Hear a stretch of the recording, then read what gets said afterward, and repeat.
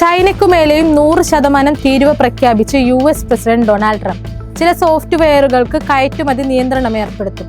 November 1 മുതൽ ഇത് പ്രാബല്യത്തിൽ വരും. ചൈനീസ് പ്രസിഡന്റ് ഷീ ജിൻപിങ്ങുമായുള്ള കൂടിക്കാഴ്ച റദ്ദാക്കുമെന്നും ട്രംപ് ഭീഷണിപ്പെടുത്തി. കൂടിക്കാഴ്ച റദ്ദാക്കിയിട്ടില്ലെന്നും എന്നാൽ അത് നടക്കുമോ എന്ന് തനിക്കറിയില്ലെന്നും പിന്നീട് ട്രംപ് നിലപാടെടുത്തു. ട്രംപ് ഈ വർഷം ആദ്യം ചൈനീസ് ഉൽപ്പന്നങ്ങൾക്ക് താരിഫ് വർദ്ധിപ്പിച്ചതോടെ ചൈന കയറ്റുമതി നിയന്ത്രണങ്ങൾ ശക്തമാക്കിയിരുന്നു. കാറുകൾ, സ്മാർട്ട് ഫോണുകൾ, മറ്റു പല ഉൽപ്പന്നങ്ങൾ എന്നിവയ്ക്ക് ഉപയോഗിക്കുന്ന അപൂർവ ലോഹങ്ങളുടെയും മറ്റു ചില പ്രധാന വസ്തുക്കളുടെയും ഉൽപ്പാദനത്തിൽ ചൈനക്കാണ് ആധിപത്യം. ഈ വസ്തുക്കളെ ആശ്രയിക്കുന്ന പല US കമ്പനികളും ഇതോടെ വലിയ പ്രതിഷേധവുമായി രംഗത്തെത്തി. വാഹന നിർമ്മാതാക്കളായ ഫോർഡിന് താൽക്കാലികമായി ഉൽപ്പാദനം നിർത്തിവെക്കേണ്ട ഗതികേട് വന്നു. ചൈനയുടെ നടപടിയെയും ട്രംപ് ശക്തമായി എതിർത്തു. ചൈന വളരെ ശത്രുതാപരമായി മാറുന്നു എന്നും ലോകത്തെ തടവിലാക്കാൻ ശ്രമിക്കുകയാണെന്നും അദ്ദേഹം ആരോപിച്ചു.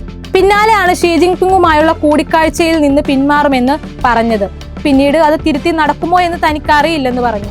ചൈനീസ് ഉൽപ്പന്നങ്ങൾക്ക് നിലവിൽ 30% US തീരുവയുണ്ട്. ചൈനയുടെ മറുപടി തീരുവ നിലവിൽ 10%.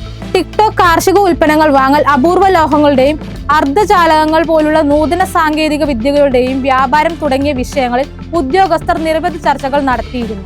ഈ മാസം ദക്ഷിണ കൊറിയയിൽ നടക്കുന്ന ഉച്ചകോടിയിൽ ഇരു രാജ്യങ്ങളും തമ്മിൽ വീണ്ടും ചർച്ചകൾ നടത്തുമെന്നായിരുന്നു പ്രതീക്ഷിക്കപ്പെട്ടിരുന്നത്.